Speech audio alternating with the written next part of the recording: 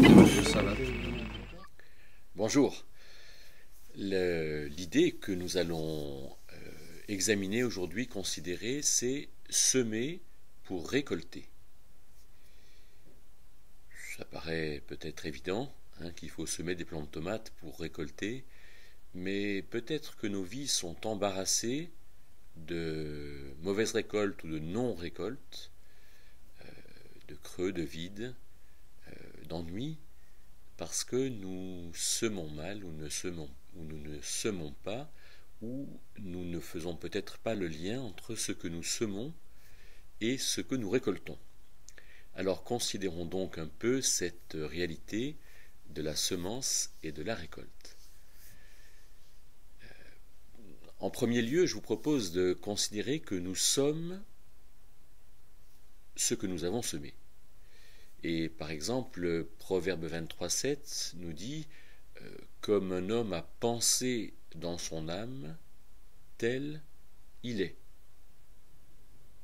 Ce qui me fait dire que notre personnalité, c'est la photographie de nos pensées au moment où nous vivons. Chaque fois que nous pensons, nous semons.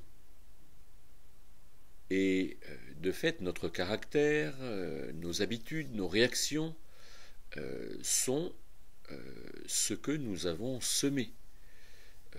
Par exemple, ce qui a été semé de manière importante dans notre vie, c'est le comportement de nos parents, la représentation que nous nous faisons de nos parents, l'image que nous avons de nos parents, et la reproduction de ce que nos parents ont fait. Moi, en tant qu'homme, j'ai regardé chez mon père ce que mon père a été, et j'en ai reproduit la plus grande partie, parce qu'il a été mon modèle pendant longtemps. J'ai appris à être en relation avec des femmes, avec ma mère. Et donc, ma relation aux femmes est une relation que j'ai construite sur le modèle de celle que j'avais avec ma mère. Donc, j'ai semé beaucoup de choses. Et si dans mon caractère, je dis aujourd'hui, je suis timide, ou je suis jaloux, ou je suis colérique, ou impatient, ou inquiet, alors je ne vais pas tenir compte du fait que je suis devenu ce que j'ai semé. Et je vais donc mettre de sérieux obstacles à cette notion bien chrétienne et bien simple de devoir faire ce que Dieu me demande. Parce que finalement, la réalité en moi sera de dire, ben non, je ne peux pas faire ce que Dieu me demande, puisque je n'en suis pas capable, vous voyez, c'est évident. Alors, une deuxième réalité, c'est que nous récolterons ce que nous semons. Et donc, ce que je fais aujourd'hui,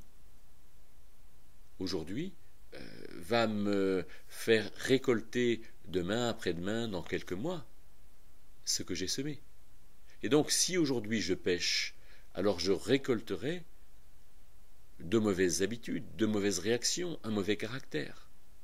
Chaque fois que je fais mal, j'entretiens le fait de mal faire. Alors, Galates 6, verset 7 nous avertit très solennellement et nous dit « On ne se moque pas de Dieu, ce qu'un homme sème, cela aussi il le récoltera.